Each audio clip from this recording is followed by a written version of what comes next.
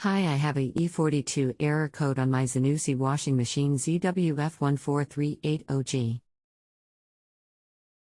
Door won't unlock at the end of cycle and stops at 1 minute before end. Please help. Hi, I'm Daniel and I'll be helping you today. I've been repairing white goods for 20 plus years and currently work for a well-known manufacturer. This is a common problem on these.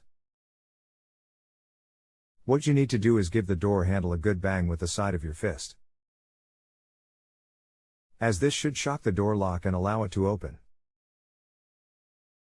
Once open, you will need to replace the door lock and that will cure the fault. I've replaced loads of these for this fault. If you need any more information, just get back to me.